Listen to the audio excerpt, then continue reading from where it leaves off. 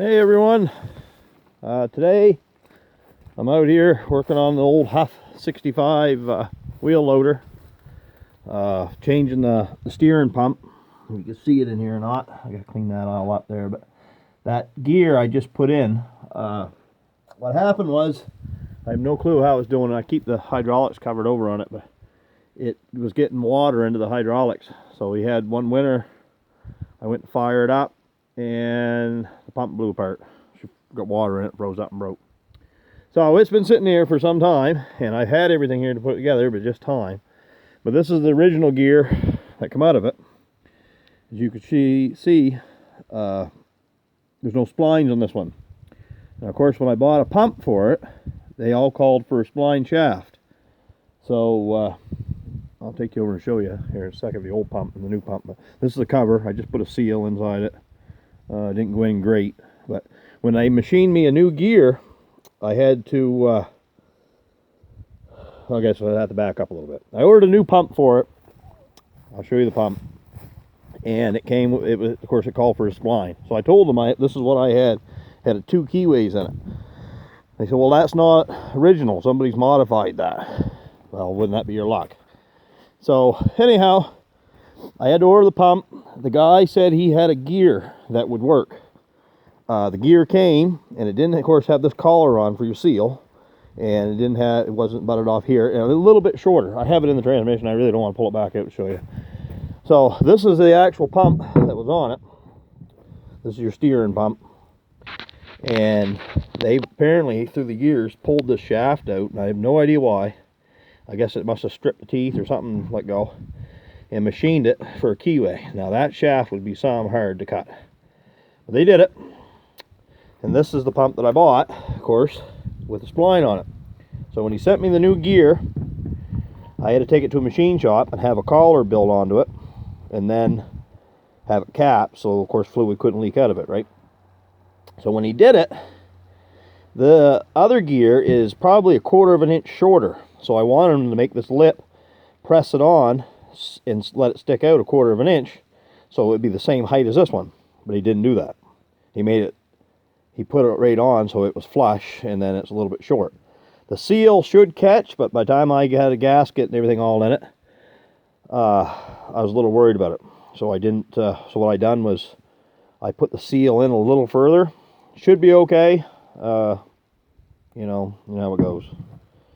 Sometimes you gotta just do what you gotta do, try it, see what happens. But you can see here, she split here, blew the pump apart here, blew it all over the place. But this doesn't even look like the right center. It's almost like they've modified this so many times through the year. So this is the other pump. Bought a used pump.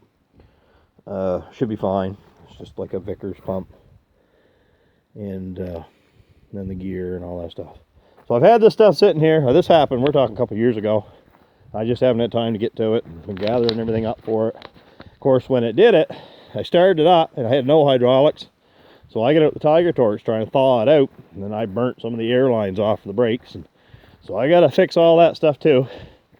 And then, it should be good to go. I'm hoping. I got to move some rocks with it. So I'm planning on digging up some rock walls and loading chicken shit and all kinds of things with it. So, but yeah, so the gear is in there. You can see the gear I'm talking about. And then they machined the end on it. So I'm just taking some emery cloth here, just cleaning up the metal surface. And then, of course, they had this all silicone and everything. But I bent the seal a little tiny bit getting it in. Definitely ain't going to leak any worse than it did when I had it before. It leaked there, anyhow. I'm not sure if they didn't machine the shaft, but they had to make a new gasket for it. So that's what I'm doing. Just trying to get it so I get it together. And then every time, not saying it's this model of a loader, but I see loaders all the time. And they all have the back end covered up on them. And the only place it can get in is in that hydraulic tank. And anyhow, I'm not sure. Once I get this barn moved here, then I'll have a spot I can back this in undercover. And that eliminates 90% of my problems. Everything's undercover. But I put a new turbo on it. This has got the same engine in it as like a 1456 International. I think it's a 417 DT. That's what I got the turbo for, was one of them anyways. When I bought it, we went up and made the deal on it. I mean, it had good tires on it, and it was kind of in a rush for a loader at the time. So it was a dairy farm that owned it, and I knew where it come from before that, and it wasn't that great a place. But anyhow, we went and looked at it, started right up. It was cold, and these do start good in cold weather. And he started to move it, and it had a flat tire. I said, well, just leave it there. We didn't want it to come off the rim. So we ended up paying him for it, and then I sent a truck up to go get it, and I went up to go get it, and it was sitting out there all tire, all pumped up. It was all ready to go. And then he started it up, and he went to back it down the float, and every color smoke you could ever imagine was coming out that exhaust. It was just sickening. I pretty near puked.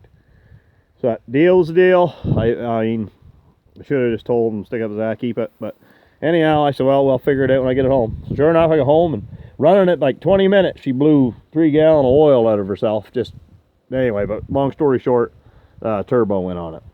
How it did it, just loading onto the float, I have no clue.